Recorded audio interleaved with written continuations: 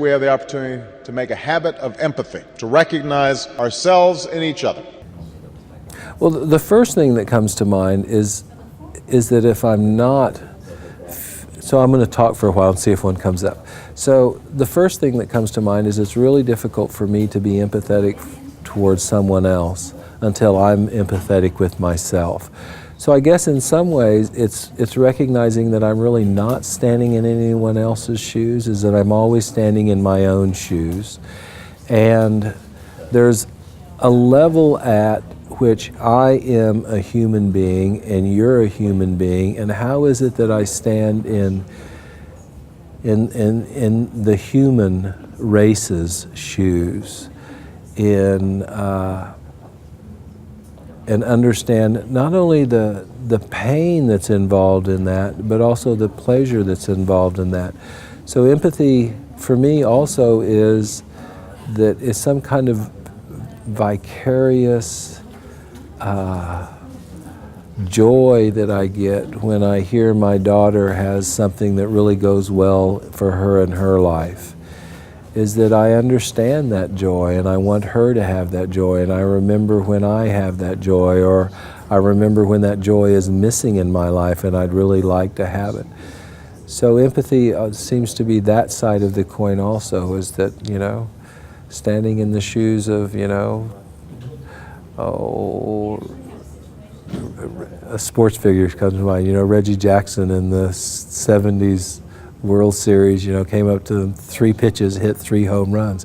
Wow, man, that must have been great. 3 swings of the bat, 3 home runs, it'll go down in sports annals forever. Wow, man. And so the small little, how is it that just walking down the street and feeling the grace in your own walk, how can you somehow identify with something that's some great sport figure that did something, or some great musician or something? When I hear Rachmaninoff play, I watched something of him when he came back to Russia, and I listened to a Moonlight Sonata or something that he was playing, and he just barely hit the keys, and I just went, oh, that is so beautiful, just to softly hit those keys and to somehow share that experience that person's going through, that beautiful experience when when I one time was watching my daughter, and I think it was probably the first time that she ever saw a bluebird in her life, and her eyes just got big and this smile came across her face. I was like, wow, man, that's something. The first time you ever saw a bluebird, and to be that carefree as a child and wondering, wow, could I ever look at a bluebird like that again? Could I ever have enough time in my life where all I did was just purely look at a bluebird? And so I think there's something about empathy that's that way, is that somehow I lose myself somehow in the experience that I'm having, and I get so connected to my own humanness that there's no difference between me and you. The pain that you're in, I may not be feeling now, and it may be created out of circumstances that I can't imagine, but I know what pain is. And I know the difficulty in recovering from those pains, and I know the joy in being able to experience a bluebird.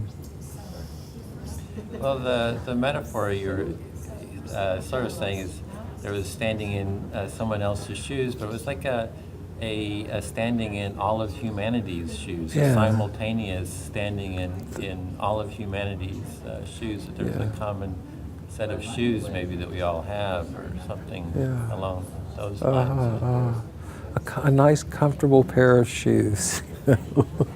How great, a nice comfortable, it's like I got new tennis shoes here, and so I bought some new insoles to put in them, and the first day that I went walking around them, I noticed how much more comfortable my feet were to have those shoes.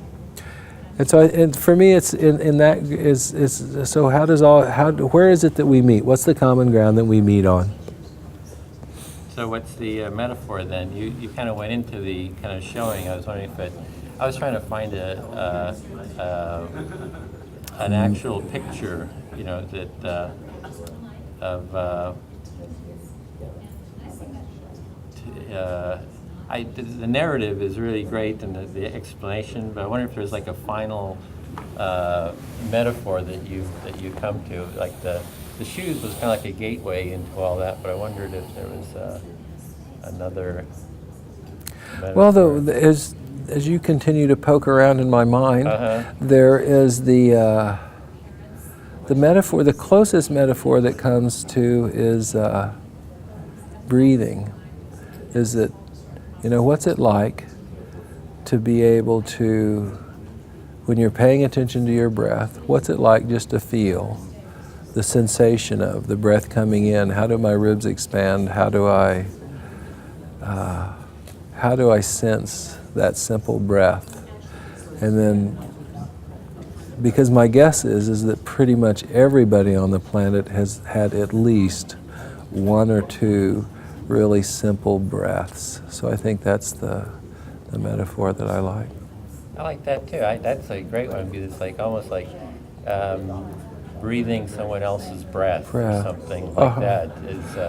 And that takes me back to the thought too, is that we're breathing the same oxygen that was here,